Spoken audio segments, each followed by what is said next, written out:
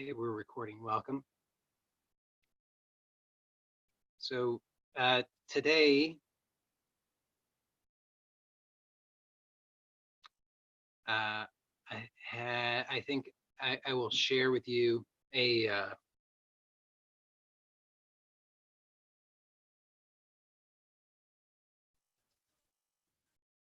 trick. So um,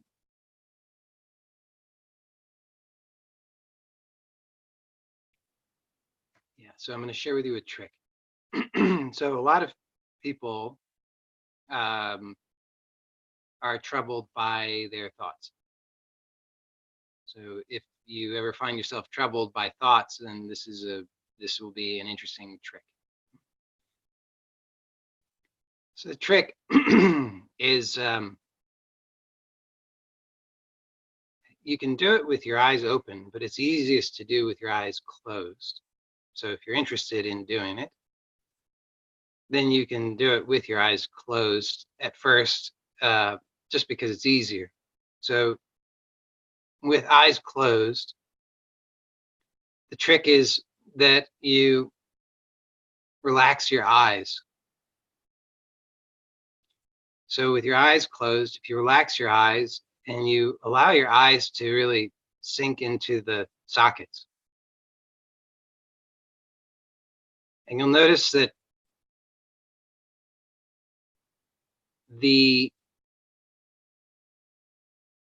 when the eyes are relaxed back into the sockets, they are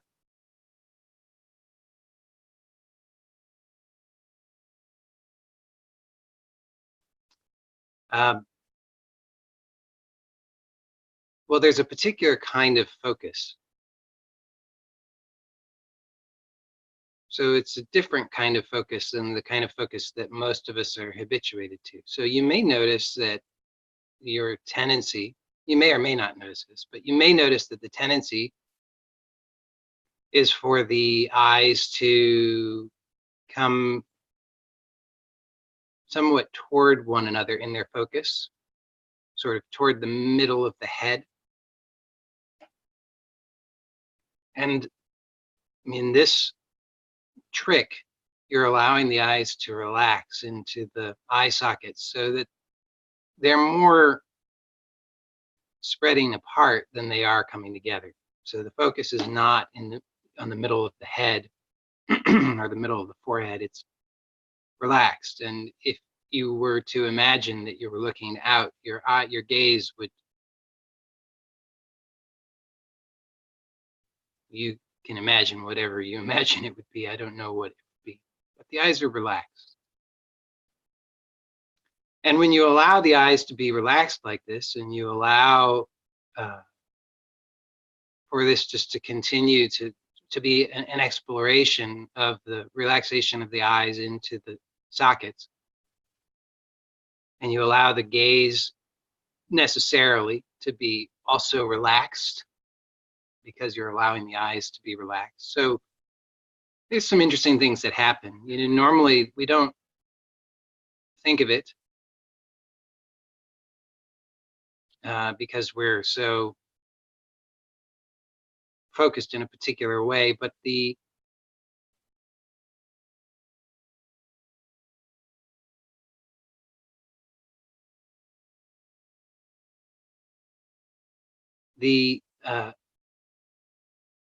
eyes are moved by muscles. So in some sense, we could say the eyes are really just these bits of flesh that are moved by muscles. So it's, you know, somewhat like your fingers.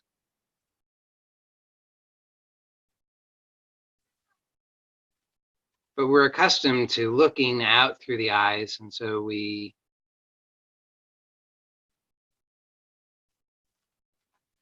tend to perceive them differently than we do our fingers. But here we can really start to tune into the eyes as these parts of the body, much like our fingers, that we can allow just to relax into the eye sockets. So rather than being sense organs, They're just bits of flesh that are moved about by muscles. And so you may notice an interesting thing, and I said it was a trick.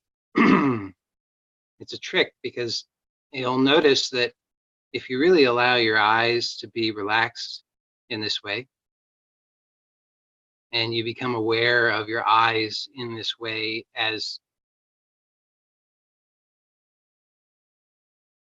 these bits of flesh that can relax into the eye sockets, then you might notice that you're unable to focus on any thoughts.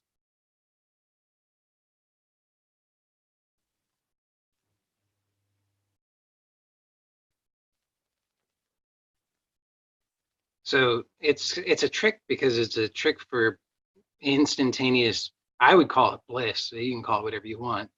Relaxation, ease, non-attachment.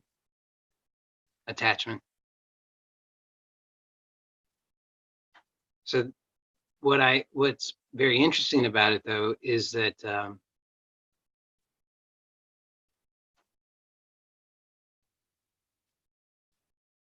most likely you will notice that well, before I say that, I'll say that you're still aware.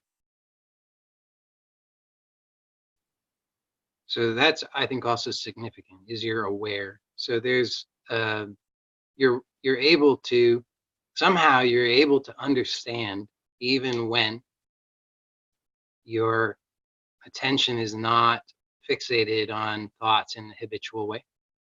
So I think that's a curious thing.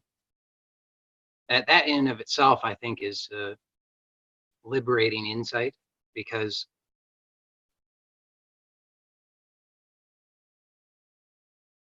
if we're able to function, if we're able to understand, if we're able to perceive, if we're able to respond in even in an intelligent way, so you can just notice that even as you allow your eyes to continue to relax in this way, that you are able to respond in an intelligent way. If I asked you to wiggle your fingers, you could do that.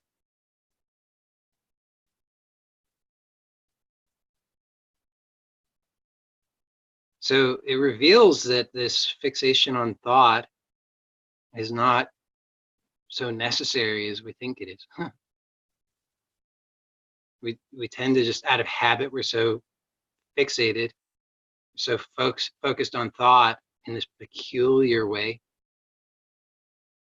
that we have mistakenly believed, just out of habit, I think, we mistakenly believe that it is very important and that it is serves a function that it does not in fact serve. So it does have a function. If you wanted to solve a mathematical problem, you would most likely need to use that function. But in terms of being happy, it's not all that useful. In terms of just being present to your own experience, it's not very useful. In terms of being able to have a sense of connection with life or with others, it's not very useful. So a lot of important functions that I say important, I think they're functions that we value: happiness, connection, that are not dependent upon this fixation on thought. We can demonstrate that to ourselves as we are doing now, if you're following along, because you can notice that all these things are available to you even when you're not fixated on thought. So then the curious thing is that most people, most of us, tend to fixate on thought again. So you may notice, you may not, and if not, then good for you, but you may notice a tendency to of that fixation to creep back in. Like it's an odd thing. You might notice that maybe you start to notice that your eyes are tensed up again and you're focused on thoughts again, wondering about what am I going to do later, or whatever, some thought about something, some sort of plan or worry or whatever. And so that's an interesting thing if you observe that. And I'm not saying that you necessarily will, but if you do, it's an interesting thing to observe.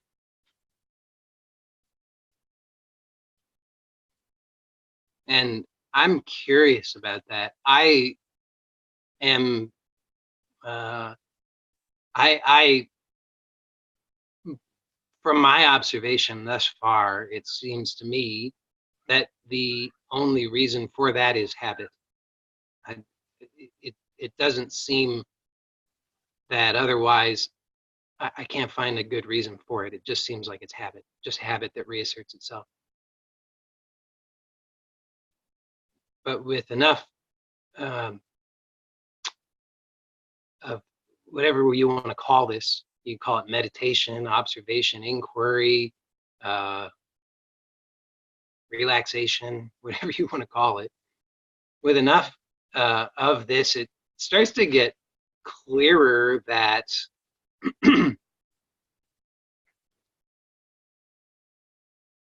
that the fixation on thought doesn't really offer the value that it seems to, does not have the broad value that we think it does. And so therefore, as intelligent people, and you don't have to conceive of yourself as being particularly intelligent, but whether you do or not, it doesn't matter. But I mean, you're absolutely intelligent enough to recognize that if you are able to experience relaxation, happiness, peace, okayness, freedom, contentment, fulfillment, connection,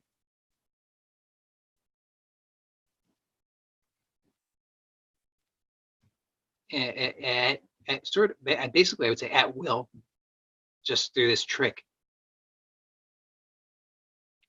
then you are intelligent enough to then realize, well, the only thing that actually inhibits my moment-to-moment experience of what I desire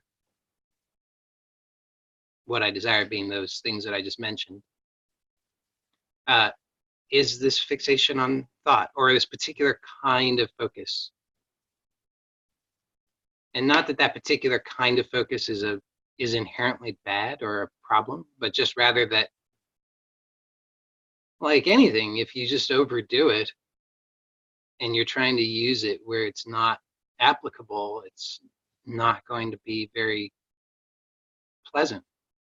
So it's like there's the expression, how does it go? When all you have is a hammer, all the world looks like nails. So when all you have is a particular and peculiar type of thought fixation, then all the world looks like suffering. because that fixation is what? It's a problem-solving posture. And you can test it out. What is 3 times 5 times 4? See, you want to solve that problem, then that's a useful posture to take. It serves its purpose. It's utilitarian. You use that kind of posture, thought fixation, to solve problems of that sort. So it's not bad. Just like a hammer is not bad.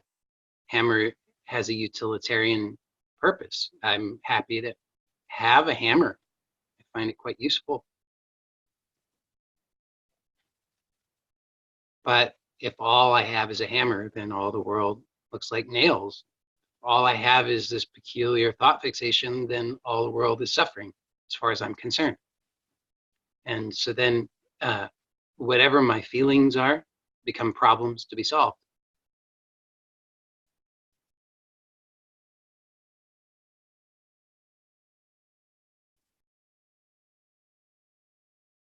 And so then you know, this trick that I'm sharing with you, and for those of you who joined a little bit late, the trick, in case you're wondering, is that you can do this with eyes open, but it's easier to do with eyes closed initially. Is you can close your eyes and you just allow the eyes to relax into the sockets.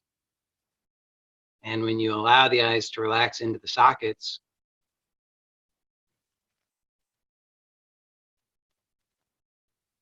and you really understand that the eyes are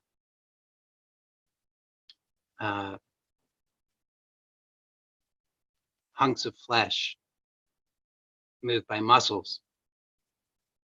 So you can just allow them to relax like that, like you would allow your hand to relax,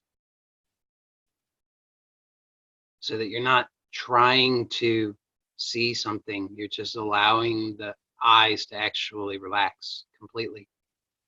And you'll notice then that as the eyes relax in the sockets, then the focus relaxes.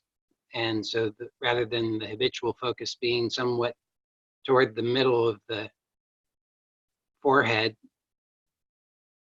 the eyes, you could almost have a sense that they start to spread out. And when you do this, I've been suggesting that this is a trick. That's what I'm calling it. It's a trick to release thought fixation, but also to discover what's present in what's clearly present when we're not fixated on thought. So then you can also explore this with eyes open.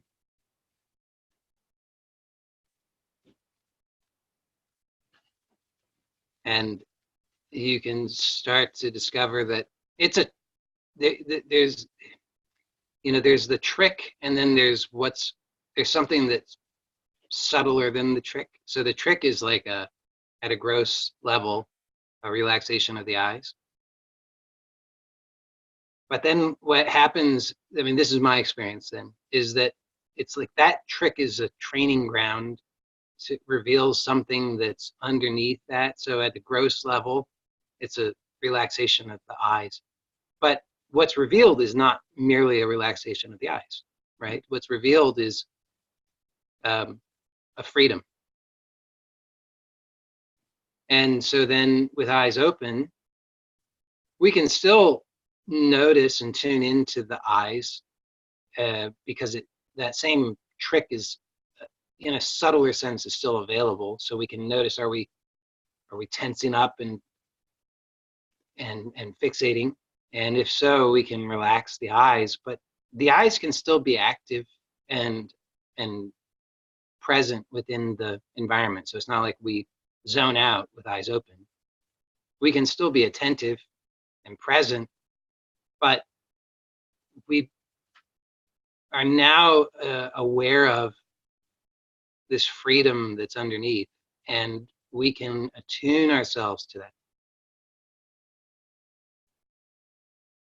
so that as we are going about our activities, we can just recognize when that habit of thought fixation has crept back in. And then we have this trick to release that. And then we the more that we do that, the more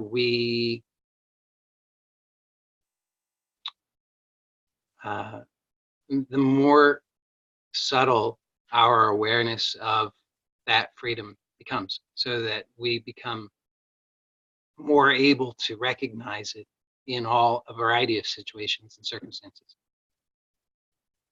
So my experience is that initially, like many things, it's easiest to explore within controlled circumstances,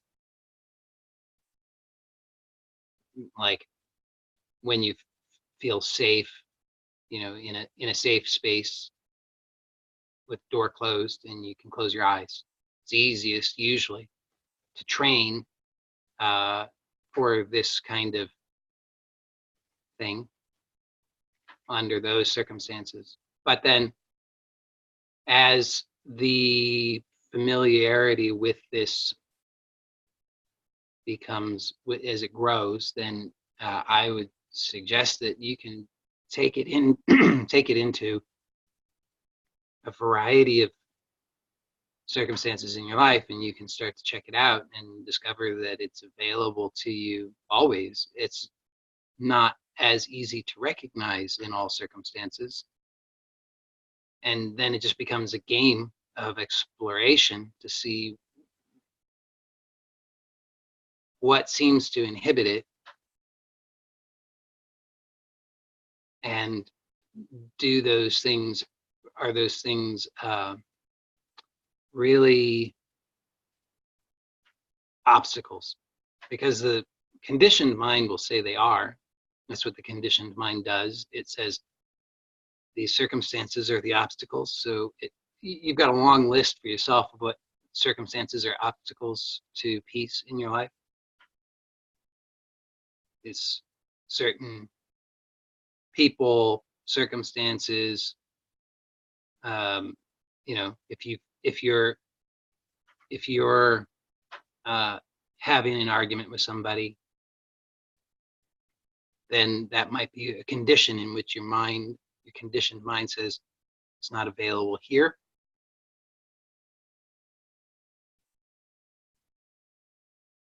If you get your bank statement and it says that you've got negative $500, it might be, your mind might say this is a condition in which it's not available.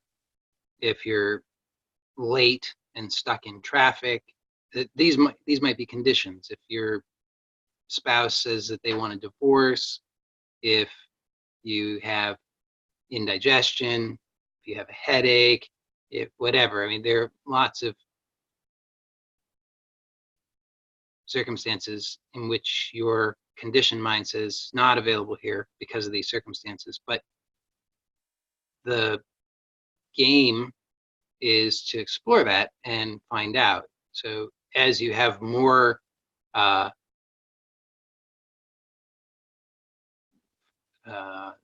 whatever we want to call it, grounding, solid footing, confidence in your ability to recognize this freedom, then it becomes more, then the world becomes your playground, because then all of these circumstances become opportunities for inquiry. So you're in this situation and you can recognize, well, there's a choice here. What do I want? I know what I've done out of habit. I can see that. I can see that out of habit, my whole life, when circumstances like this present themselves, I have fixated on thought, tried to solve the problem, tried to protect myself, and then necessarily overlooked the freedom that I know is available. So now I just have a choice. What am I going to choose? Am I going to choose that habit? Am I going to choose something different? And sometimes it seems easier than other times. Sometimes it seems like nearly impossible. But then my experience of that is, then, see, I now have confidence that it's always possible. So I don't believe that it's ever impossible. I just I'm very curious when I notice that it seems challenging. Just very curious to observe what is it exactly that the challenge is. What could actually, you see, if you recognize that this this trick that I shared is, so this other thing that it reveals is that what's the difference between uh, peace and suffering? And what this trick reveals is that peace is clear in the absence of effort. Suffering requires effort, you see?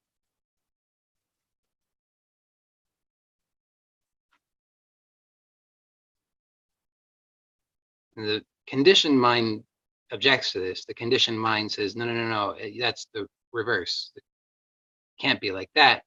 The conditioned mind says, no, it can't be like that. It has to be that peace requires great effort. I've been working really hard to get peace. But this trick that I've just shared reveals that we've had it inverted. Actually, the truth is that peace is effortless. Peace is absolutely the baseline. You can't get around it. It's actually what is. Suffering is layered on top of that. Suffering is layered on top of that through effort. Now, we have been unaware of that. And so then we concocted all kinds of complicated stories to explain it. And we've been mesmerized by those stories. But this simple experiment reveals that, in fact, if we really are willing to see it, no, peace is the baseline. Peace is always here. Peace is effortless. So then so I, as I say, have explored this enough now that I have confidence that in the truth of that. I just know that that is so, because how many times do you have to see something before you become convinced of it? I mean, after a while, it just is obvious. And so it's obvious and I know it. And so when there are circumstances that seem to be challenging, then I find that to be very curious. And then I'm very interested to know, what is it about these circumstances that seems to compel me to take action to generate suffering?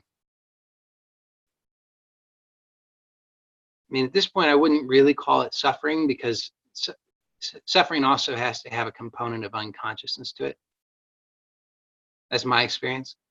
In order for it to really be suffering, there has to be a sense that I'm a victim, that this is happening to me. So in the clarity of the recognition that peace is the foundation, and that this peculiar fixation, this habit, asserting itself in inappropriate times when it's not the correct tool to use, is just unpleasant. That's not, I wouldn't really call that suffering, but there's ingredients for suffering there. Use, those ingredients plus unconsciousness, that's suffering. So, but these circumstances where there's this, where this habit asserts itself inappropriately, I find it very curious. So then I want to know. I'm just become very observant. Why? What exactly is happening here? What could possibly compel this? And by the way, this.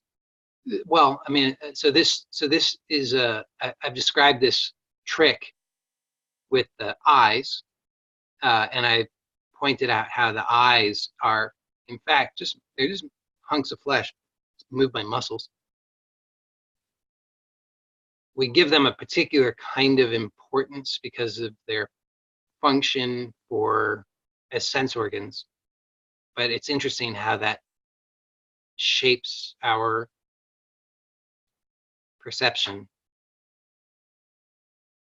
And there's this very interesting shift that happens when we recognize that our eyes are just actually hunks of flesh that are moved around by muscles, and that they can relax in the same way that our hand can relax. And so what I'm pointing to there is that there's a similar, I would say identical phenomenon that occurs throughout the body of inappropriate tension. When I say inappropriate, I mean when the body holds tension in ways that are not functional for the given circumstances. So, for example, when you are lying down, okay, you might have this experience sometimes. You lie down to take a nap or to go to sleep for the night, and you notice that you're having a hard time relaxing. So that's kind of curious if you really observe that. Why would that be? There's no benefit to be had. You're tired, you want to take a nap. I mean, what's the purpose of a nap? The purpose of a nap is relaxation, so that you can, it's restorative. So holding tension in the body when you're trying to relax is counterproductive. It's not functional for that circumstance, for that purpose, for that intention. So that's interesting. It's just interesting to observe. And I'm just saying it's the same basic phenomenon, same basic thing. And so I find that very curious. I find that curious when I'm wanting to do something, like, let's say something that is happening all the time for all of us, breathing. I've been very curious about breathing lately. Breathing's a very interesting thing because breathing's happening all the time.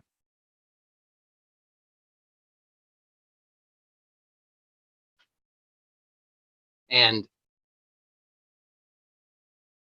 so we have a natural desire to have a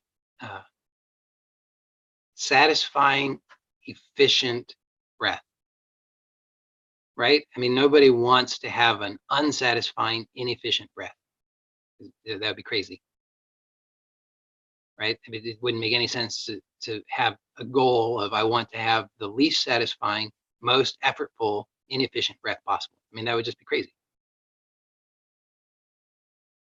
We want to have a satisfying, virtually effortless, efficient breath, because we experience that as pleasurable.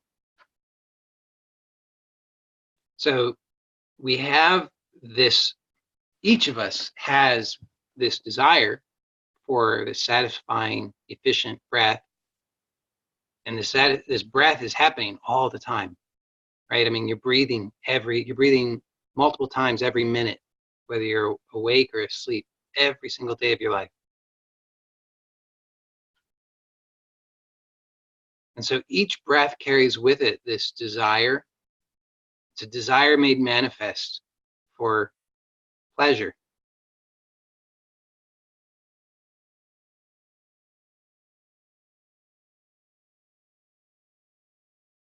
It's interesting that we use the word inspiration, right? We want to be inspired.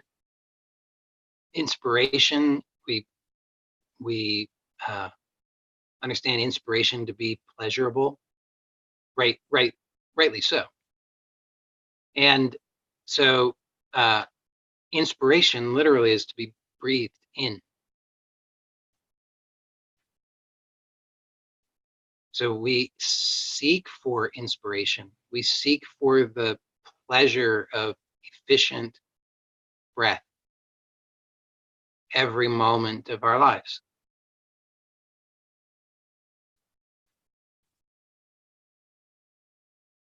In fact, the breath might be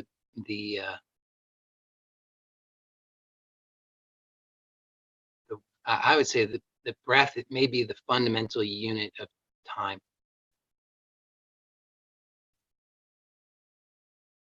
I mean, it's just as a slight aside, it's an interesting thing to observe. If you do find that you are able to have a completely relaxed breath, the space between the natural relaxed exhalation and the next inhalation doesn't work if you try to force it. I'm letting you know that in advance so you don't try to force it. I'm just giving you as an aside. The space between the relaxed natural exhalation and the relaxed natural inhalation, that space, my perception of it is that it's completely timeless, which is why I'm saying that the breath may be the fundamental unit of time. In the absence of breath, there does not appear to be time. Just an interesting thing. But we all have this desire for this perfectly efficient, pleasurable breath, and yet, here's an interesting thing. Observe this for yourself. You'll see that your breath is not efficient, nor is it particularly pleasurable most of the time. And if you just start to observe, you'll start to discover why that is. It's not some sort of esoteric thing. It's actually pretty simple. So in order to have a efficient, pleasurable breath,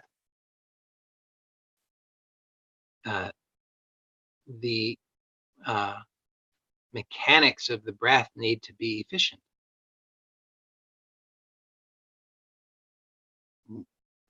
In order for the mechanics of the breath to be efficient, the entire body, but especially the entire torso, which includes the front, the back, the sides, and not just the lower portion of the torso, but the entire rib cage, needs to be able to move in an uninhibited way. Well, your torso doesn't move in an uninhibited way. Why? Well, before we ask why, I mean, you can just observe that that's true. If you just tune into the breath, you'll just notice there are places in the breath that feel like they're not fully satisfying. And then you may be in the habit of settling so the breath, the habitual breath is very revealing as it's very revealing of as a metaphor. I wouldn't even say it's a metaphor. It is a literal expression of it's a mirror of our way of living, of our sense of self. So if you observe your breath, you'll discover mirrored in your breathing exactly how you relate to life. So when you experience dissatisfaction in your breath, you'll notice what are your strategies. You might have the strategy of just, I guess that's just how it is. It's just how life is. It's just not satisfying, not worth trying. I never win. That's all there is to it. I'm just defeated. Or you might find that you strain, you resist, you push, strive, So you're going to fight for that breath. You're going to get it.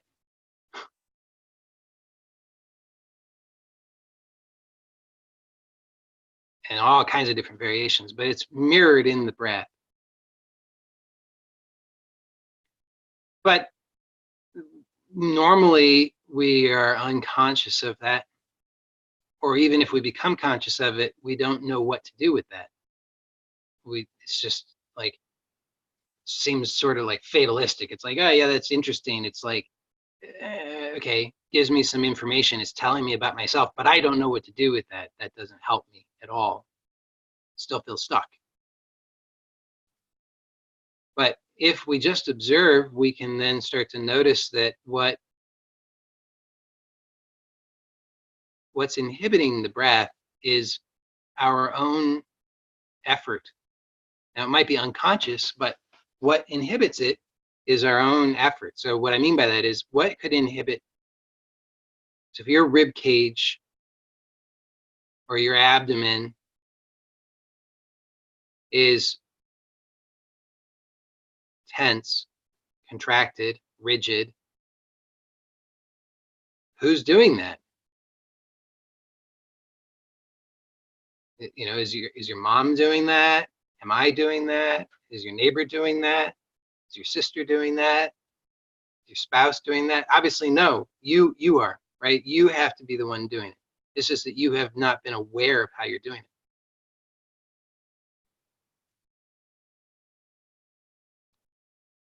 It's unconscious.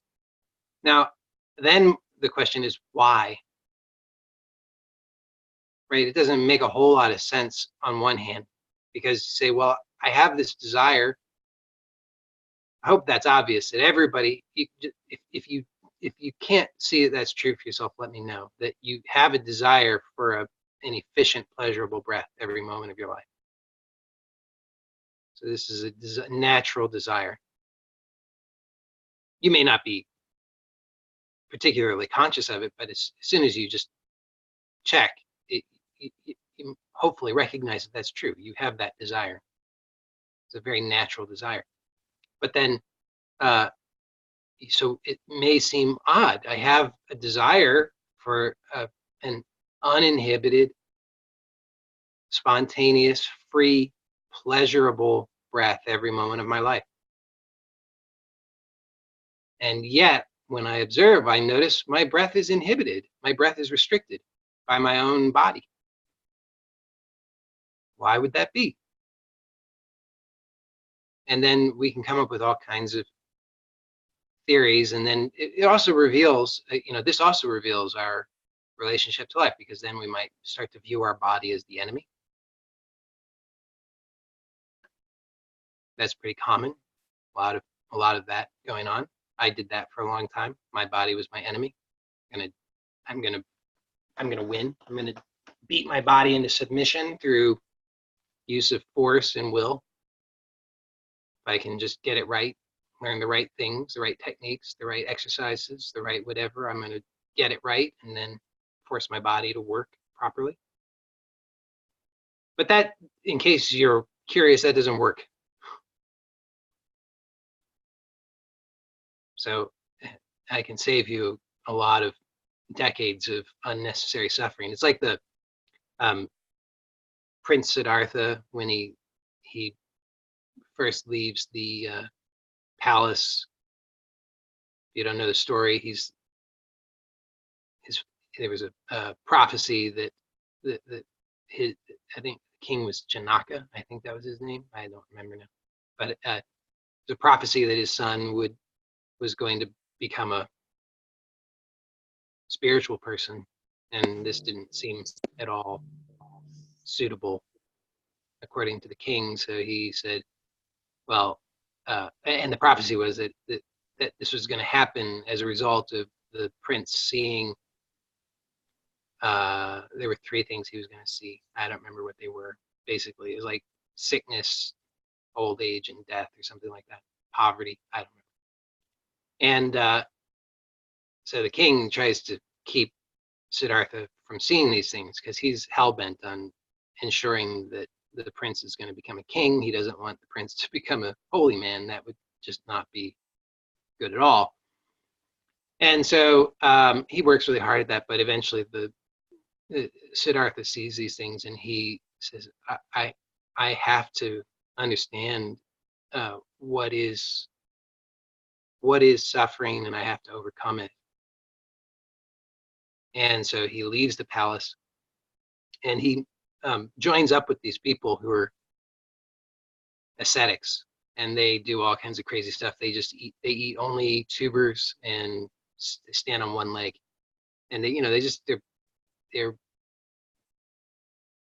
well, like us. There's the story reflects aspects of ourselves, right? There's a stage in our lives, a stage in our evolution, our development as humans, in which we think that that's the way. We think that we awaken to suffering. We realize that there is suffering. We realize that something in us realizes that that's not necessary,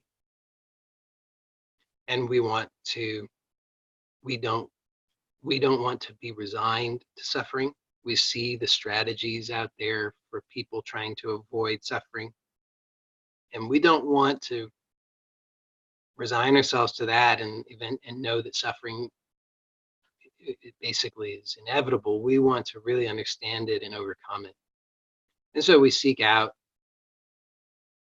various strategies and teachings and systems for this. And inevitably we fall in with some crowd who teaches us basically the body is the enemy and you got to overcome the body. And it kind of makes sense because, like I said, you can observe, you realize I have this desire for pleasure. And what's in the way of that pleasure? Well, the body. So it makes sense. The body is my enemy. I desire to have this uninhibited, pleasurable breath, but the body is in the way because every time I try to have a natural breath, the body is restricting that breath. So as soon as we become aware of this, and then it's somewhat natural, or at least normal, to think the body is the enemy. Well, I'm telling you that's not true. That's not true, and not a useful approach. I still have a little bit of that in me. I notice that sometimes. It's they say old habits die hard. That's a hard one. That habit of perceiving the body as the enemy. But what I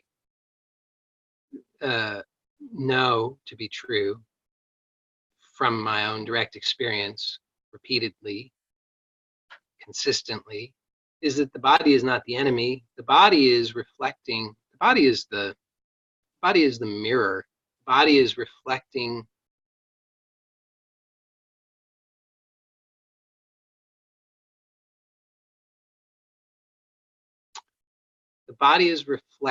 to us where there are aspects of ourselves that we have pushed away. So why have we pushed them away? So this is the next question. Why have we pushed them away? Why would we do that? So is that bad? Is that the enemy now? See, we're always looking for the enemy because then we're going to solve the problem somehow. But hold on, my dog wants to come in. I'm going to let her in.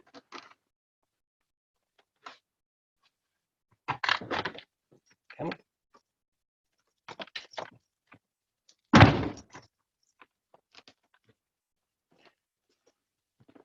So then, as I was saying, the question then is, why do we push these parts away? And I would suggest to you that if you look, you can see that we push them away because it was it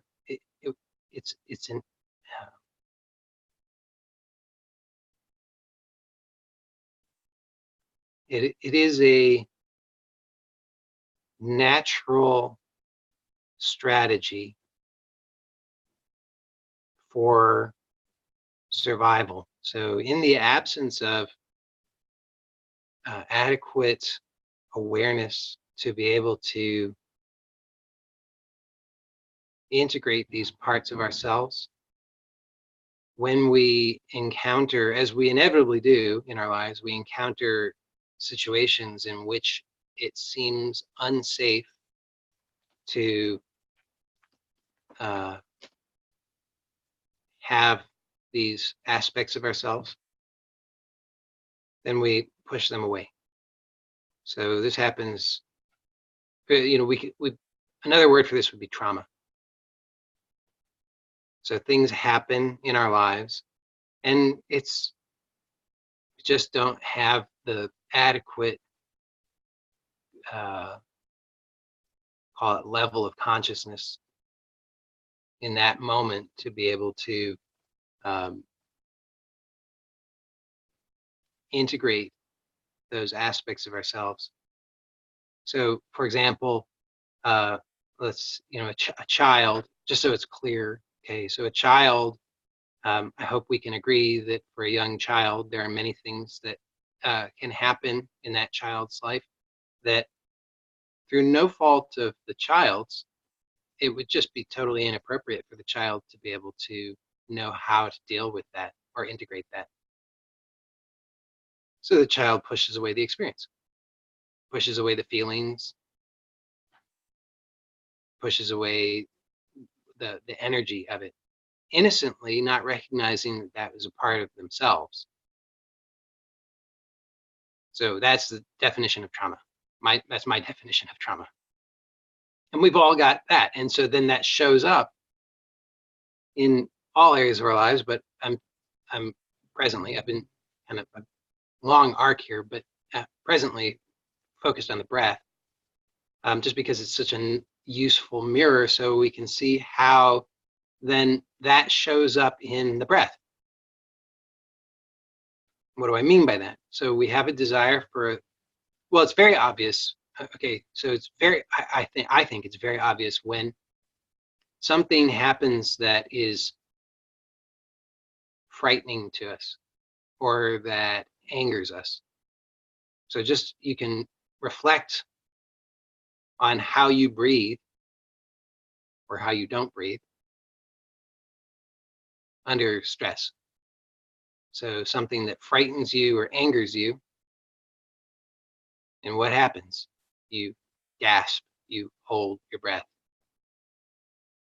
The breath becomes choppy, not smooth, restricted. Now you might assume that that's just what happens. Like you might assume that those emotions necessitate that kind of breathing pattern, but in fact, it's not true at all. I mean, you can just observe. I mean, just question that. Why would that be so? Why on earth would it be so that those emotions would necessitate that breathing pattern? And you can see very rapidly there's no need at all for that kind of breathing pattern in the face of any particular emotion. The emotions do not necessitate any alteration in the breathing pattern. There are things that do necessitate a change in the breathing pattern. If you're running, that's going to be a different breathing pattern than if you're lying still. But feeling anger doesn't necessitate any change in breathing pattern. Or I guess I should say, at least not the kind of changes that we normally use. So we can start to question, why is it that we breathe in those ways? And I'm suggesting very strongly that we breathe in those ways as a reaction, because that's the pattern that's encoded in us. It's the way in which we continue to maintain the trauma. It's the way in which we continue to cut off these parts of ourselves.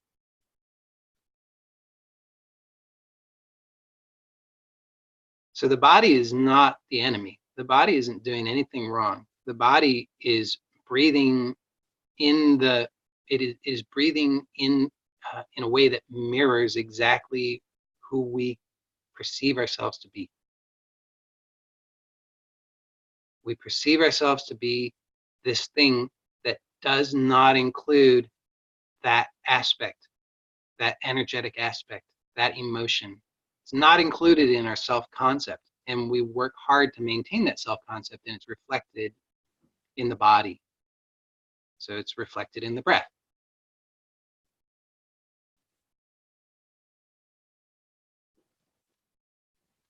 And this, like I said, it's perhaps most obvious when there are these intense emotions, but we can also start to see that it's happening all the time. And that's maybe the most useful,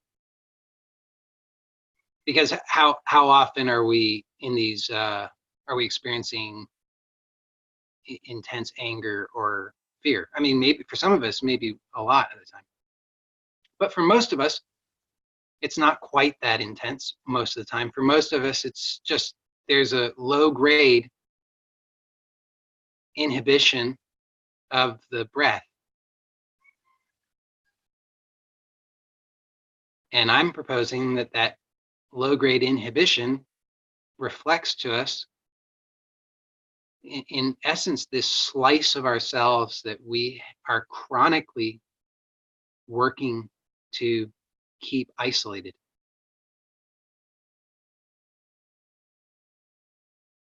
And so it's mirrored in the breath, it's mirrored in the body.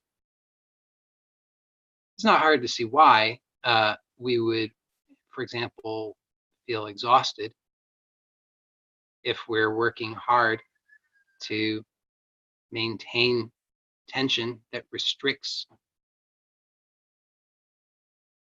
our free movement, and in particular, the uninhibited free movement of the breath, which, as I've said, is something that's happening every minute of our lives. So I would say, if we were to turn this into steps, because we want to know what action. I always want to know what's the action that I can take to remedy this, right? I mean, I think it's not. It's knowledge.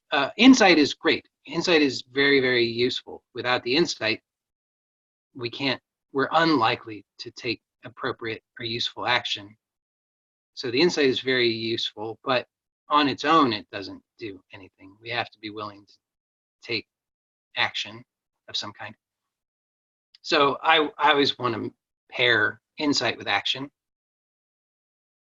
So hopefully through our observation, we can see what I'm pointing to, recognize that there is an inhibition, a habitual inhibition, and that we can see it it's a somatically recognized inhibition, right? So I started out with the eyes as the trick, okay?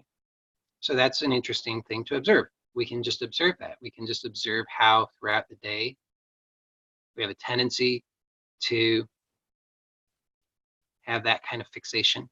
We can notice the strain in the eyes and the forehead. Also, I find very common other point of fixation is in the throat. So you can just notice that also, a tendency to contract the throat. That's always an interesting thing to observe, because your mind may do all kinds of contortions to justify that, but there's absolutely no need whatsoever for a contracted throat. Same as there's no need for a contracted forehead. It's just the mind will jump through hoops to say, oh, no, pay no attention to this. That's just absolutely normal and fine. But just a little bit of observation reveals this is lunacy. Why on earth should I be walking around with a chronically contracted forehead and throat? That doesn't make any sense. So that's an interesting thing to observe. And, an interesting experiment is you can just become aware of that, and then become aware of just choosing to release that throughout the day. And that can be a very interesting exploration that can, I think, lead to some interesting shifts in life. The breath is, as I said, the thing that I've been most interested in lately. And so, in some sense, the breath is more complex than the eyes or the throat in some ways. But it's also something where, as I say, the breathing is happening all the time, even when we're asleep, even in deep sleep. So in deep sleep, there's no thought fixation, but in deep sleep, we're still breathing. So it's an interesting thing, these habits of breathing and the restrictions of the breath. And so we can just be aware of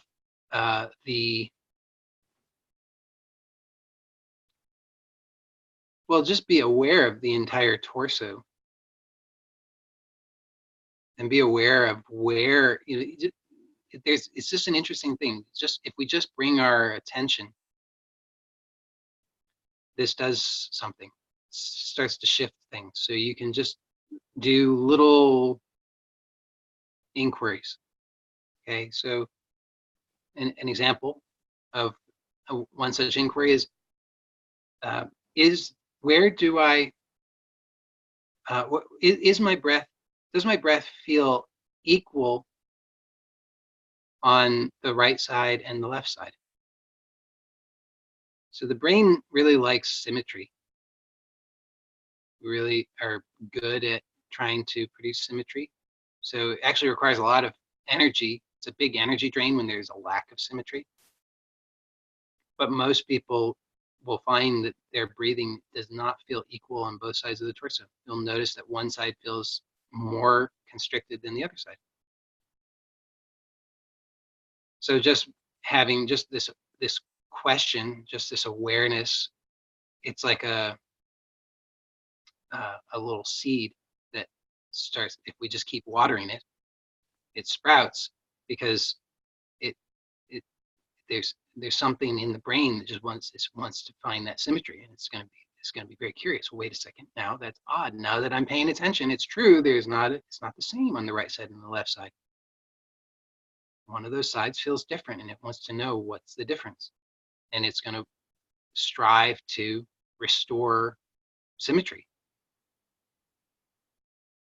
So that's one thing. That's I think a very nice thing to do. You can just ask. So examples of those would be, does it? You can do that in all these different dimensions. So right side and left side, do those feel this equal? Does the breath feel equal on the right side and the left side? You can ask, does the breath feel equal on the front side and the back side? It's another very interesting one. Most of us, there's always going to be exceptions, but most people will find that their backside is more restricted than the front. Most people, and again, you may be the exception, but most people, the back is symbolically and literally where we store the stuff that we don't want to be aware of. You think about, like, if you're afraid, if you see like a dog, when a dog becomes fearful, or you could say angry, but reactive, what happens? The hair on the back of the dog stands up, and we say that, I think we have this expression, don't we? That it's like the hair on the back of our neck, right? Do we say that? Don't we say that? I think we say that when we become afraid and the hair on the back of our neck stands up. So we have this connection. I would guess it's like a deep biological evolutionary thing there, that's connection between the back and fear. So we prefer, in under normal circumstances, we tend to prefer to not be aware of the back. but it's an interesting thing to become aware of, because why not? It's there, and you might be surprised to find that through just simple awareness and curiosity of the back, just that can change the breath, and it can begin to liberate the breath, just having that awareness. So I would say, in terms of action steps, those would be those are the simplest and probably the most accessible things that a person could do, is just to start to become curious throughout the day about these things that I've mentioned. So, and in terms of the breath, which I think is a powerful one, just because it's always going on. So all we have to do is just become curious about it. And if we just become curious about it and we start to question, well, how does it feel? Does it feel equal on the right side and the left side? Or does it feel equal on the front side and the back side? Then it's like we're just issuing this little, it's like a koan, like a Zen koan. Just you like throw it out there, and then it kind of does its thing so long as you let it. So then you're just really curious, like, what is the sound of one hand clapping? But here it's a somatic koan. Oh, I should coin that. So I've just coined it. There we go. It's a somatic koan. But it's similar. It's a similar sort of thing to a Zen koan, because it's a puzzle of a sort. And so if we allow it, then the nervous system is going to be working on that. It's going to be curious. Wait a second. Now, I hadn't really been aware of this, but now that it's been brought to my attention, it doesn't feel the same. It feels different. And I'm not sure that I really like that difference. And I want to know what is that difference and what's going on. And what it starts to reveal is,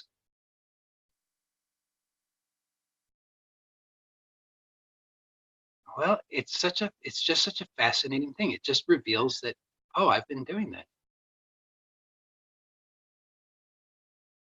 I was doing that. I was holding that tension there. And then it flips everything around, because up to that moment, this is my experience at least, up to that moment, I had this orientation, like I said earlier, of I'm going to solve this problem. I know there's a problem and I got to solve it. And how am I going to solve it? Well, I'm going to find the enemy and I'm going to defeat it. And the enemy must be the body, so I'm going to work hard to fix the body. And people can deny it, but I think that's almost universal. I think that I just see people doing that left and right.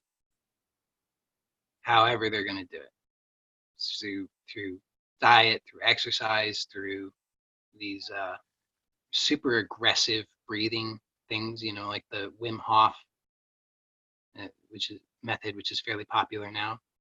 And not that they're all bad. They're not bad, but they're not likely to give the results that we really want. So by posing these kinds of somatic koans,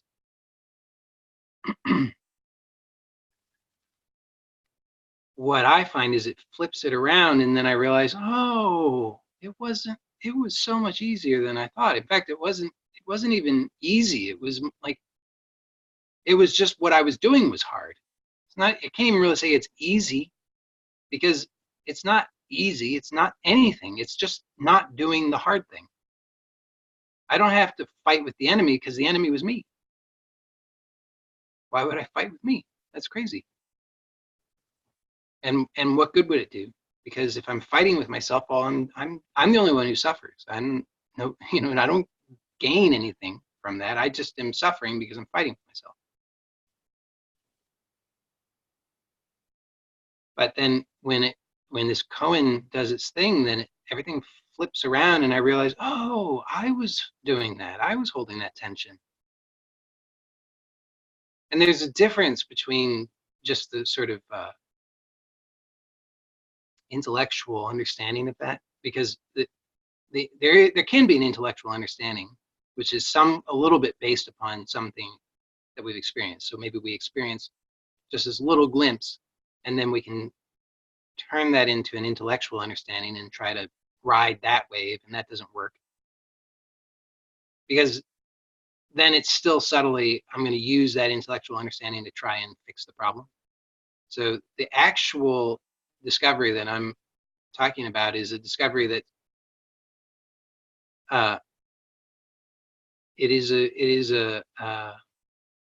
it totally flips the whole thing, because, as I say, it reveals that it was only me doing it.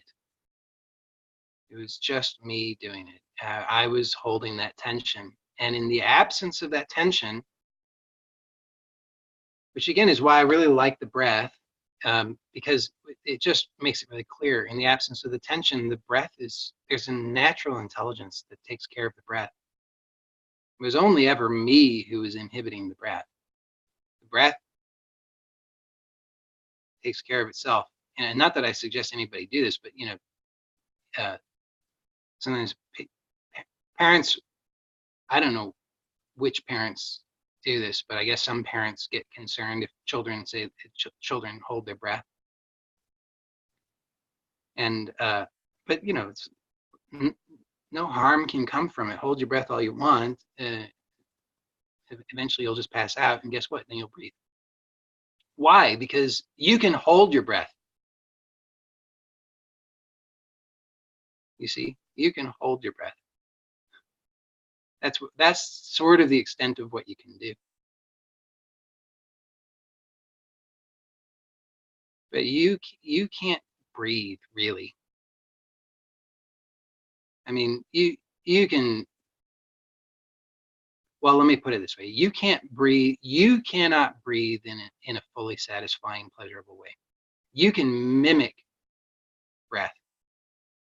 You can do. Let's put it this way: you can do mechanical ventilation, right? But then it's like you're performing CPR on yourself all the time. So we can do mechanical ventilation. We can't do breathing. We can't do uninhibited, spontaneous, pleasurable, satisfying breathing. That happens on its own when we stop fighting with it. And I'm just suggesting that we fight with it because of trauma. The trauma is innocent. It doesn't mean anything wrong with you. You're not bad for having trauma. It doesn't matter how severely it has affected your life. It's not shameful. It's not bad. There's nothing wrong with you.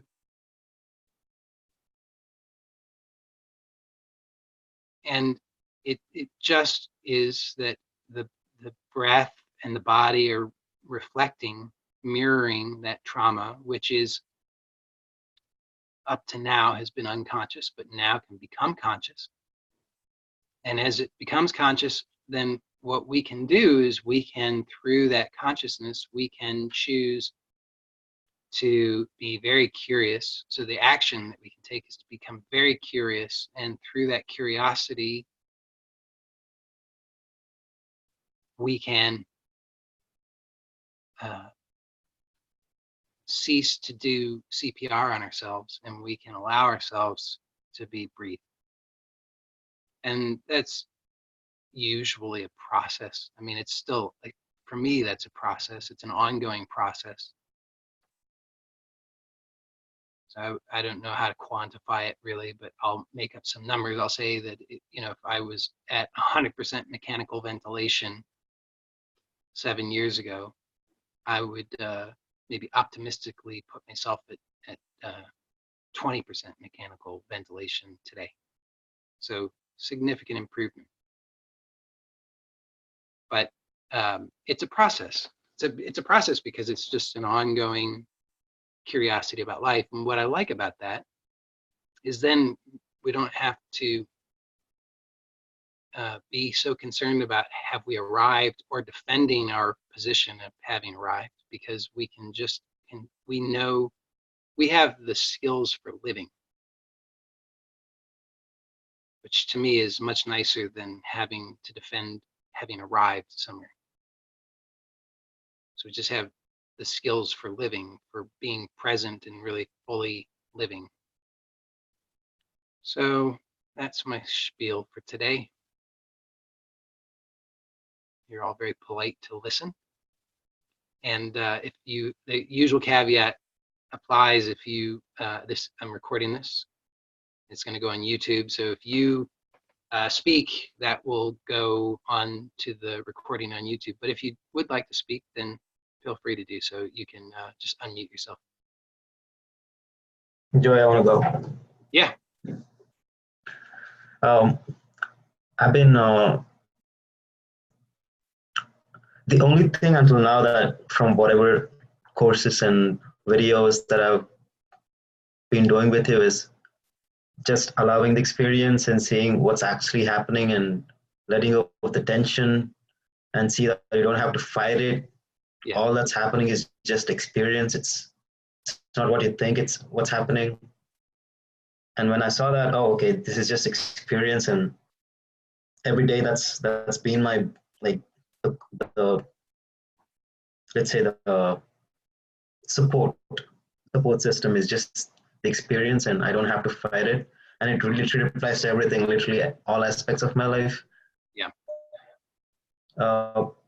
One thing that I haven't really got the sense of it is a sense of how the ego mind or something, I don't get the idea of it, impedes that, or like what is ego mind and how that entails the suffering and well, what, in your so you can see that there are things that have happened in your life where, and you can recognize them. There's just the things that leap out at you from your past, that there were these things that happened to you where they were so painful for you that you didn't know how to deal with them. Mm-hmm. And so you have been working hard since then, trying to keep those kinds of experiences and feelings away. Mm-hmm.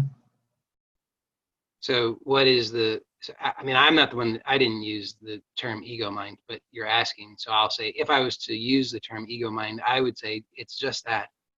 It's this, it's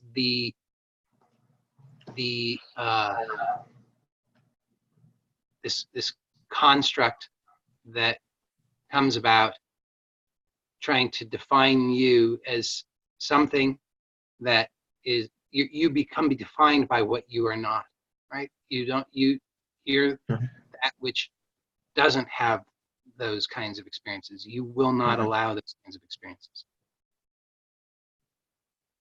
So that's, I would say it's really just habit.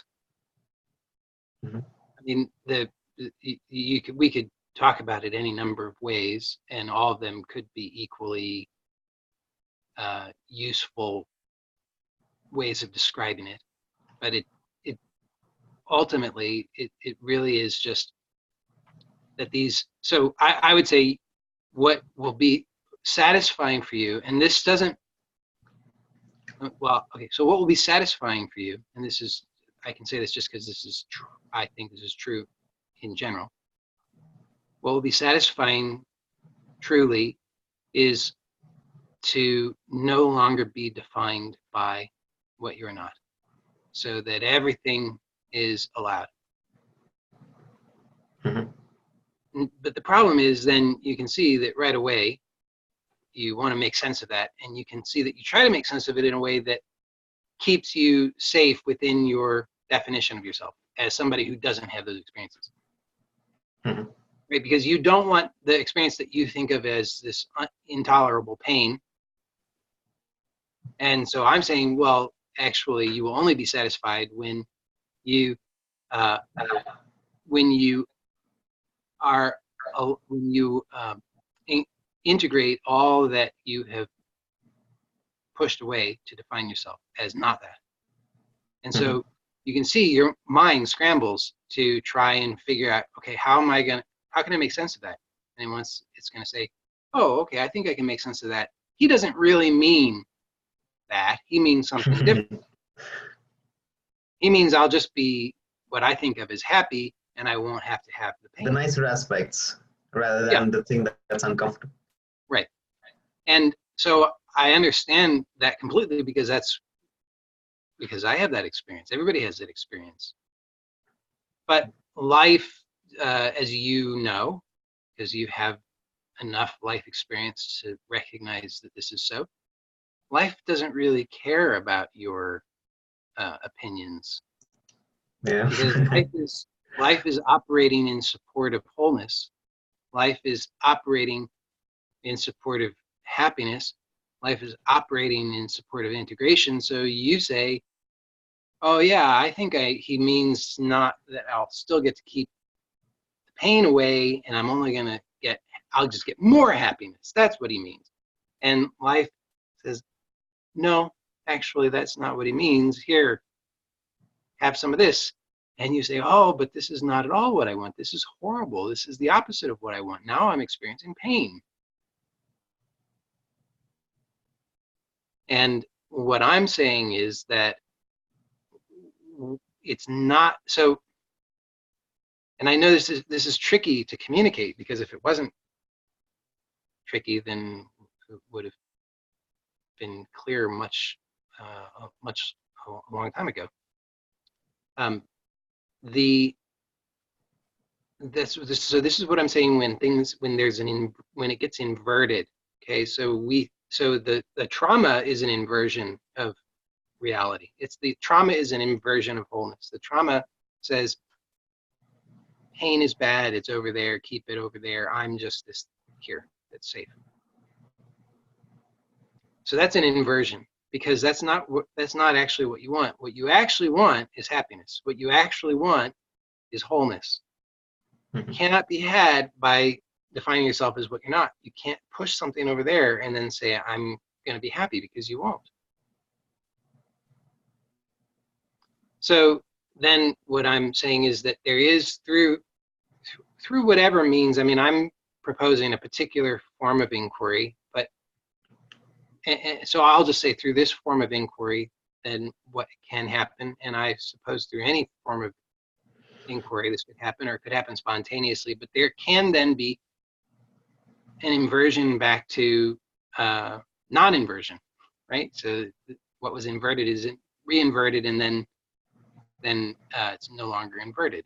And so in that, the realization is, oh, what I have perceived as pain, I was thinking that the pain was an object. I thought it was that circumstance, that thing, that it was a thing. I thought it was a thing. It wasn't. It turns out it's not a thing. It wasn't a thing at all. It was just me resisting. It was me fighting with myself. It was me saying no to this aspect of myself. Now, we rarely choose this on our own, right? Because it doesn't have to be this way. I actually do now see how it doesn't have to be this way. It comes to this because because our culture is blind, and our culture is inverted, and our culture doesn't recognize doesn't recognize the phenomenon, nor what to do about it. So maybe it's starting to a little bit, but generally it doesn't recognize it, and in fact it just perpetuates trauma left and right. Whenever I talk to people, they're like, I don't know what you're talking about when you talk about accepting the uncomfortable feelings, and right. It's almost foreign, it's alien. Right. Yeah, because it's just not something that is I mean, that's a whole, I'm not even going to get started on that. That's a whole conversation. But we can So we won't, we just have to accept that our minds are going to continue to seek out the wrong thing.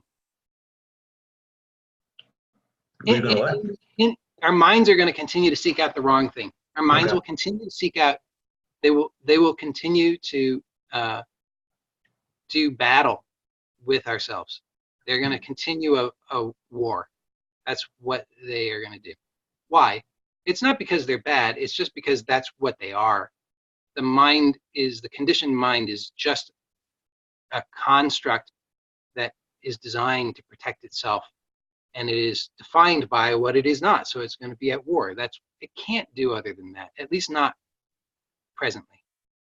So we don't need to turn that into a bad thing, but we can just recognize, okay, that's what's going on. So sometimes you might hear me say something crazy like everything that happens in life is a gift. And that doesn't, to the mind, is absolutely insane, because the mind will say, no, there are very definitely things that happen in life that are not gifts. And it can come up with a long list of all the things. And the question that I find that's very useful to ask when the mind is doing that is, okay, but what do you want? Do you want happiness? And if the answer is yes, I want happiness, which it is, I mean, we have to be honest, then we have to just then recognize, I won't find happiness in that. I won't find happiness insisting that everything that happens in life is not a gift. So let me just instead be open to this possibility that maybe there's somebody somewhere who has seen something authentic, who's pointing me to that, and I can't yet see it, but I can take it on faith, and I can just be willing to admit, look, my way hasn't worked.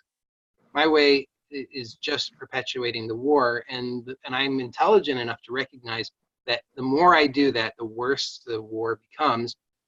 So I have to be willing to do something differently.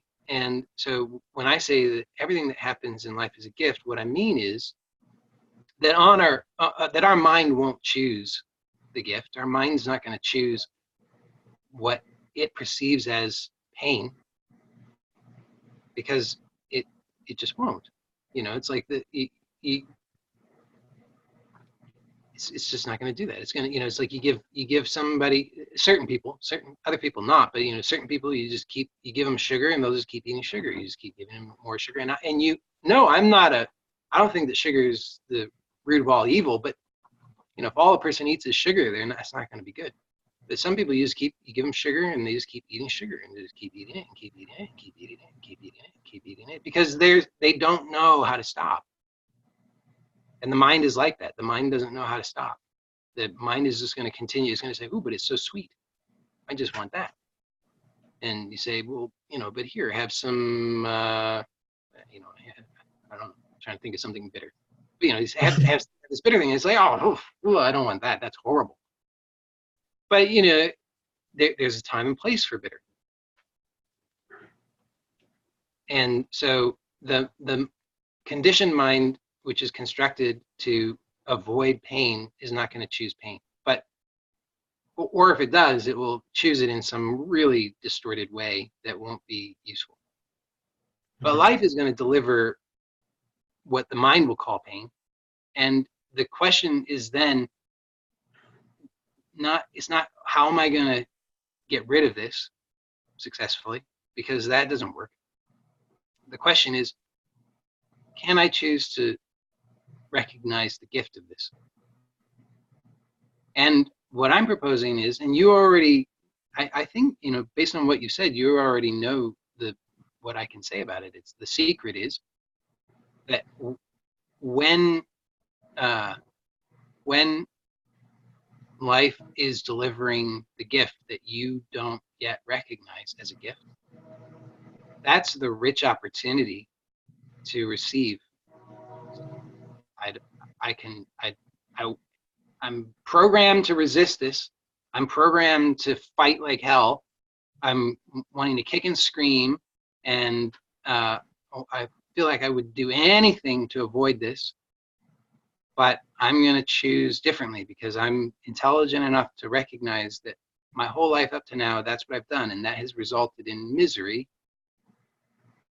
So I'm willing to be open to this possibility that maybe this is a gift. And so here in this moment when I'm most conditioned to run and avoid, I'm going to choose to not move, not in a rigid way, but in a in a very soft way. So to be like, I have no idea what his experience was, so I won't pretend like I do know. But as a story, it's interesting that the story of Ramana Maharshi is that after his father died, I think it was his father, he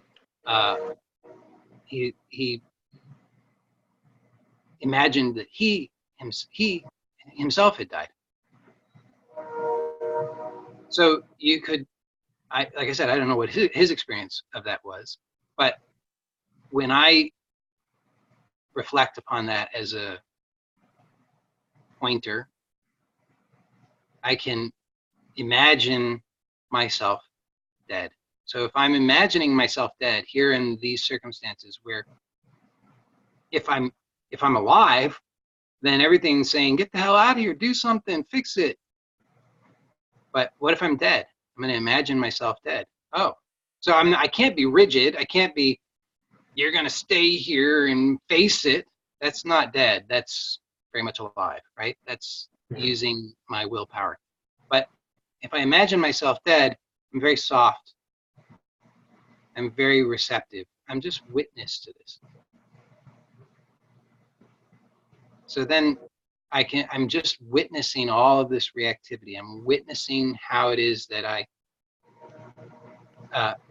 contract and tense up and fight and struggle and squirm and do all of these things. But just the baseline being like death. So there's this clarity that if I continue to return to this, we'll call it an inquiry of being dead. What if I'm dead? What if I just am as if dead? So you can just sense inwardly, somatically, as if you're dead. If you're really dead, you can't flinch, right? I mean, if you were dead and I came up to you and I slapped your face, you're not going to flinch. Poke your eyeball, you're not going to flinch. You're not going to blink because you're dead.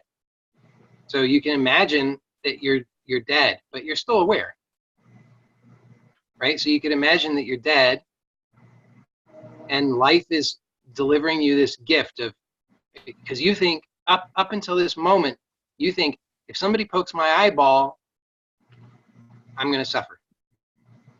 If somebody pokes my eyeball, I have to react. And life is offering you all of these circumstances where you think, I'm going to suffer. This is the problem. And if you are soft and yielding as if you're dead, but aware, then you find out life is poking and prodding you. It's like, hey, what about this? What about that? What about this? What about this here? And you get to be aware, deeply, deeply aware of your own habitual reactivity. And you see in that firsthand that you are fundamentally free and that all of the suffering was just an inversion. Now, to be clear, I'm not saying you should actually let somebody poke your eyeball, right? I mean, you are alive, and you don't have to choose to endure things that seem too terribly unpleasant. If somebody's poking your eyeball or sticking needles in you, you don't need to just sit there and take it. But 99.999999999% of all the stuff that we are reacting to is what? Nothing. It's not anything that anybody else is doing. It's entirely our own reaction. It's our own reaction to some kind of internal thing. So You know, you can be alone in a room and be miserable. Nobody's doing anything to you. So then you can look and see, what is this? What is this misery? If you're really as if you're dead but aware, then you are witness to what exactly is happening, and you see it very clearly that what's happening is just some conditioning. It's just this conditioning that strives to keep something away, some aspect of myself, some feeling, some sensation, some energetic whatever. Yeah, that I assume that they shouldn't be there, or they're Yeah. separate from me, and I have to get away from them rather than just let them sit here. I'm not even letting them. It's just like the being is just supported by all of these emotions, and I don't have to avoid or Yeah, use you the. just look and see.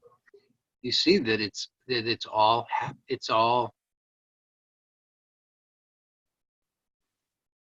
that all of the conditioned reactivity only reinforces the sense that you need to continue to defend.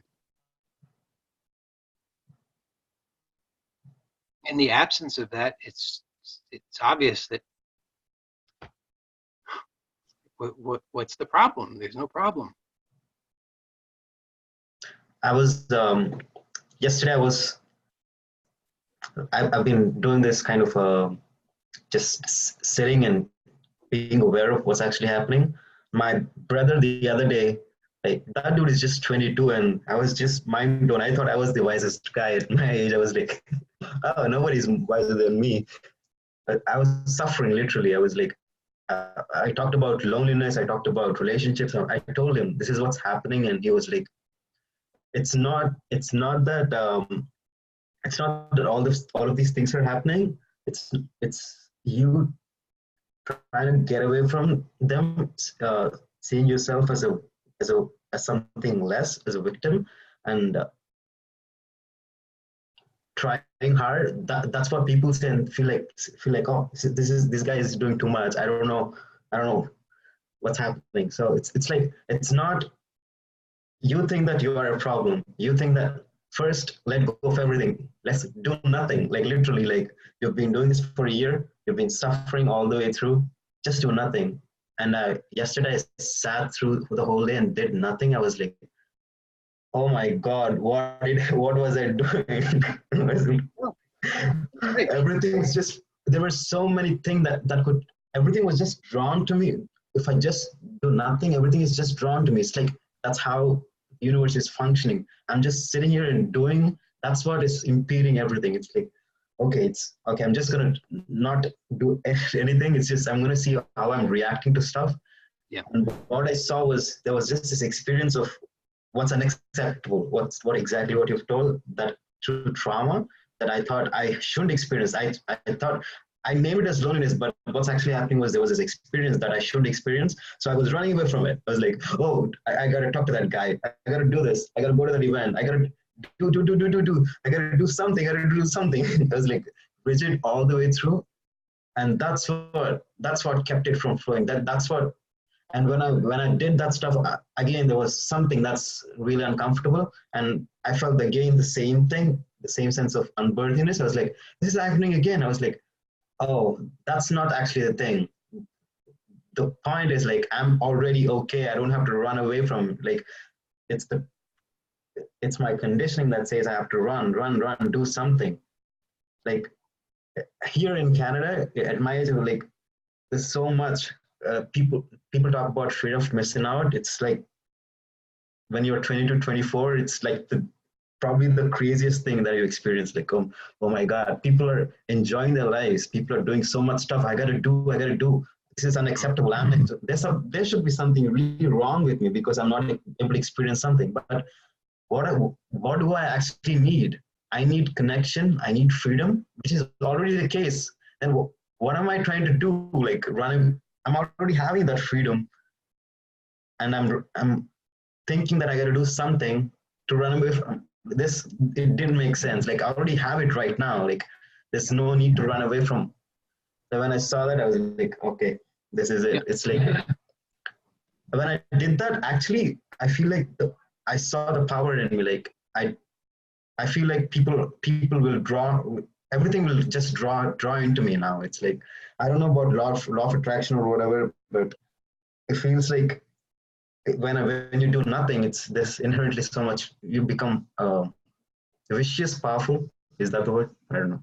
Well, you definitely at the minimum, we can say that you are no longer making so much effort to repel things.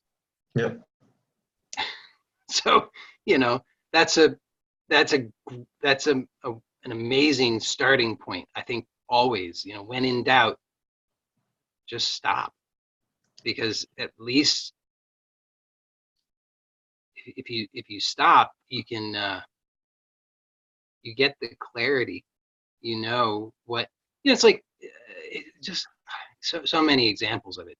But yes, it takes courage. It takes real courage to stop. It's it's challenging because we are because to stop is really it threatens the constructed identity. So it takes real courage. That's why I'm saying it's all innocent. It's all very What's innocent. constructive identity? What's that? What does constructive I identity just mean? mean the idea of yourself as Mm-hmm. somebody who needs certain experiences and needs to not have other types of experiences, Mm-hmm. and all that whole identity is uh, depends upon the this ongoing maintenance and defense, and if when we stop, then that's can't hold up. And so that's why I think it's very challenging for people to stop, because there's, What do you mean can't hold up? well, I think just what you described is that when, as long as you don't stop, then there's a momentum to the whole thing, Oh, so that you continue to, in fact, it becomes more urgent, right? Then you have the sense of there's something wrong with me, and then there's more that's wrong with me, and I've got to do all these things, plus I've got to do all those things, and oh my God, I didn't realize how much is wrong with me until now. And so there's a momentum to that. And to stop, as you've described, reveals that none of that was true. This is not true. It's not, I mean, not, it's like there's no actual basis for it. All that ever happened was that there was an assumption that that was true. Somebody, somewhere along the line, we just got that idea. And as I said earlier, it maybe is just something that happened at some point in our lives where we were unprepared and we didn't have the resources to be able to integrate that experience. And so innocently, we push it away. But then we perpetuate that, and this whole identity comes to be constructed, and we mistake ourselves to be that. And so then we're thinking, oh yeah, there's something wrong with me. There's something wrong with me. There's something wrong with me. There's something wrong with me. I've got to fix it. I've got to fix it. I've got to fix it. And when we finally stop, then we inevitably see, what is it that was, who, what are we even talking about? How could there be something wrong? It doesn't even make any sense. But then, oftentimes what happens is we leap back out of that. We catch a glimpse of it, and then we say, oh, no, that can't be true. I'm just convinced there's got to be something wrong. Because look, I've got all these years of their of trying to fix something, so that has to be something wrong. So then we're back into trying to fix it, which is why it just takes persistence. I think it just takes persistence to continue, and whenever that habit reasserts itself, just to come back to really taking a look. Okay, so there's habit that says that there's something wrong, but I want to just take a look. What is this? What is this even referring to? Can I find it? And inevitably, what I find is all that's happening is that there's just me struggling with myself.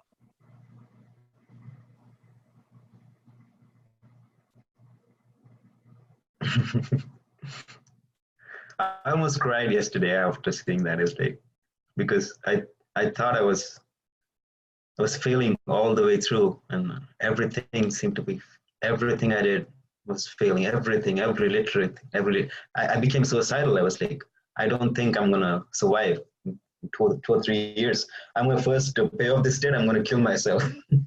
I don't. Yeah, well, It's you like, see, it's always a when you have those thoughts, it's a good wake up call, right? Because then you realize, I mean, hopefully we don't have to let it get that far to even having those thoughts. But when we do have those thoughts, at the very least, then we can recognize, oh wait, that just means I need to stop. yeah, That's all. It just means that I've been pushing myself too hard. I've really been stressing myself out, and I needed to just stop and know that you've had enough experience of it now yeah, that you can start to trust in it. You can start to trust that, yeah, okay, I know there's a momentum to this suffering, and I know it seems kind of real, but I also know that when I'm having those kinds of thoughts, that just means I need to stop, because when I stop, I always see more clearly.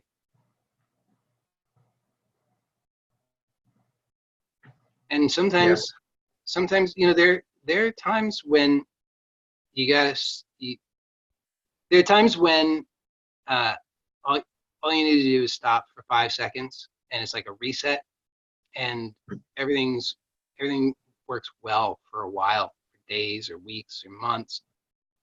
And then there's other times when you gotta be stopping every 2 seconds for a while. Like there might be weeks like that where you just got to be stopping and stopping and stopping and stopping and stopping. But at least you have that available to you. At least you know that. And that's something that most people don't. yeah. I don't have anything in my life right now, like nothing going on, but this is the only thing. Like I feel like I have nothing. What mind says that I gotta have, I have nothing. Literally, I have zero. What Yeah. society says, what people says I need to have, I have nothing. Like zero. Like Yeah. I don't have great social skills. I don't have like good dating skills.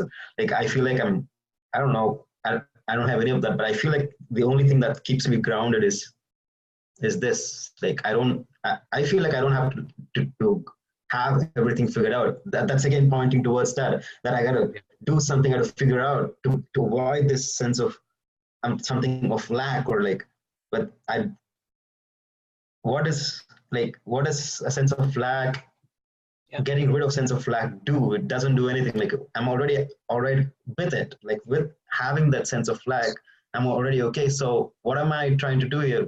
Trying to get rid of it, Yeah. to get to again being okay. It's awesome. It's really awesome because because that game never ends. I mean, that Yeah, game of at some point, it's just such a gift that you're able to recognize that now, because it will,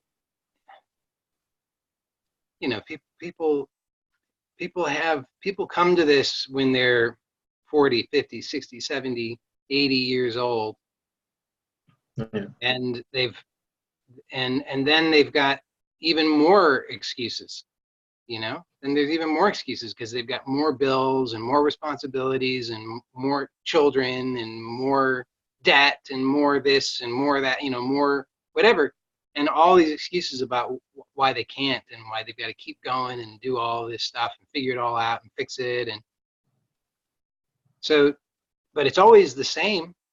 Doesn't matter how old you are, how much debt you have, how many responsibilities, how many what your status is, how many children, does not matter. It's always the same, always. I mean, that's my experience at least.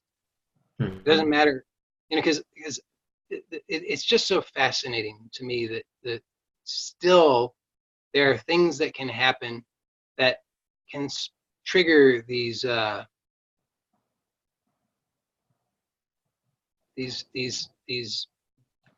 bizarre spirals, you know, that you know, seeing a number on a piece of paper, or somebody sending an email, or somebody saying something, can trigger this whole sense of there's a big problem. There's a huge, enormous problem. For 2 seconds ago, no problem.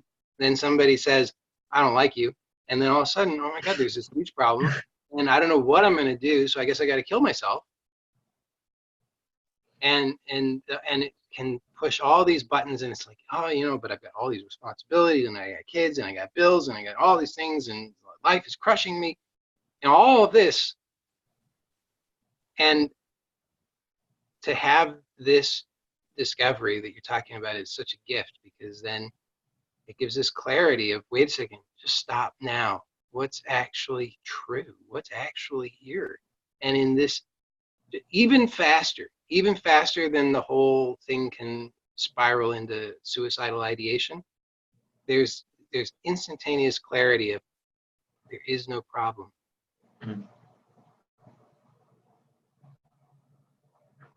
What I actually want is already here. Yeah. What I want was, it's just the thought that says, I gotta get away from this to be okay, but I'm already okay. What That's do right. I need to get away from? That's right.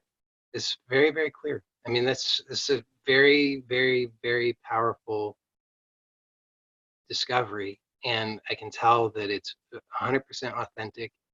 And I promise you that is, when you talk about life skills, that, to me, that's the number one life skill. You have that life skill. That's the life skill that all other life skills can be added to. Mhm. But they're not, none of the other life skills are essential. It's the only one that's essential, because this is the one. It's like, what is this? This is a life skill of knowing who you are. Mhm. Right? I mean, it's like, know who you are. And you know who you are. You don't have to give words to it, but you certainly know what you're not. Yeah. And you know, you do have clarity of who you are, because you recognize everything that I want, it's already here. Mm. So I don't have to go searching for who am I? Will I be the right me when I have $1 million? Will I be the right me when I'm married? Will I be the right me when I have, you know, when I'm living there? Will I be the right me when I've got this? Will I be the right me? No, you'll never be the right you, because that's all just trying to define yourself as something. But you have this essential life skill now of recognizing who you are in any moment, no matter what the mind is saying, no matter what chaos seems to be going on. You can just stop and look, and there's clarity. Whatever I'm wanting, it's already here. I am. I'm alive. Yeah. This is So that's just, awesome. this is just beautiful. I mean, there's nothing like it. I almost had a sense of like I was on drugs yesterday. The high that I felt, like when I saw that, oh, all this while that I was running away from, it's already here. I'm already okay. I thought those things will give me the okayness back, but I'm here. I'm okay. It's like almost felt like my nerves from the toes. I felt like that energy, like shifting back, that power, like I'm here. I Yeah, don't I don't right. have to search for something. Yeah, that's right. Because that's exactly what I was saying, is that when you're not working hard trying to push away some aspect of yourself, then it's naturally integrated. So how is that? You know, you look at it. You use your energy to try and push away aspects of yourself. So how are you going to feel? Well, probably a bit drained, not so great. When you stop, then A, you stop wasting the energy trying to push away aspects of yourself, and B, the energy of these aspects of yourself that you were trying to push away becomes integrated. So how are you going to feel? Well, more energized. Integrate to yourself. Oh yeah, probably that's why. Yeah. Yeah. Yeah, it was really beautiful. A couple of days, it was like, I mean, I always get back again. Oh, I have this obsessive thinking again. I might get triggers again, but get back and again, this is not a problem. Again, the Right. same thing. It's just it's just repatterning itself and That's right. rewiring. And I mean, obviously, it'll take a while for me to like it until it becomes second nature. I don't have to even do it, but I'm not doing anything. I'm doing nothing. Yeah. But Who cares? The thing is, if you, even if you had to do something, okay, even if this was a technique that you had to apply, it would still be worth it. So who cares? Because that's the thing, is you have this discovery. That's the most essential thing. And then beyond that, the rest of it, whatever. It will be whatever it will be, and whenever it will be. Not nearly as important. The most important thing is that you know this. Because then that's why I said earlier, it's like because then you have this essential life skill. You know how to live, and to me, that's alive. That's very much better than having arrived somewhere where you say, well, now it's second nature. Haha, I've arrived, and I'll never be. It's like, be careful, because like if you arrive somewhere, but you don't have the skill to know how to live, then all that has to happen is the wind blows a different direction. All of a sudden, you're like, oh my God, I'm not there anymore. I'm lost, and I don't know what to do, and I'm so miserable, and maybe I should kill myself. And you don't then have the insight to recognize that when that thought occurs, that's just a reminder to exercise your skills in living. But if you have the skills in living, then you're not bothered by those thoughts, because when the thoughts happen, it's just like, oh, that's just that happening. Okay, I can just stop. Yeah. Yeah, I'm glad. I'm here. I'm glad you've been part of my life. I'm really grateful. Yeah. And life will keep happening. So I know. A lot of shit happening now, but yeah. that's just how it is. It's fine. That's why I say everything that happens is a gift. If when you recognize that, and you remember that, and you have this essential life skill, and you remember that everything that happens is a gift, then you'll just see it happening. You'll see it playing out. Something happens, and you'll have the thought, oh my God, this is horrible. What am I going to do? Maybe I should kill myself. I thought I was so enlightened, and now look at me, I'm suffering. This is humiliating on top of being miserable.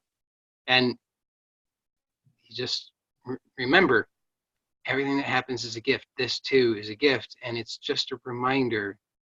That's it. It's just a reminder. It's like, hey, this isn't shameful. It's not bad. It doesn't mean anything wrong with you. All it is life happening. Life is happening as a movement of wholeness. So when you perceive suffering, all that is just that you're being alerted to how you still have an inversion. You just stop and let it be integrated. That's it. It's all. That's it. It's so simple. Yeah, the labeling makes it separate. Makes it like, oh, I don't want this. The trauma makes it, but when I let go, it integrates into myself, and I don't have to run away from it. That's right. Yeah, very clear. Wonderful. And now I think I'm going to have lunch. All right. Thanks a lot. Thank you. Yeah. Anybody else? Anything quickly before I go? Everybody else is napping, I think. I should have known better than to stare it out, telling people to relax their eyes. All right, everybody. Have a good day, a good week. I'll see you next time. Bye for now.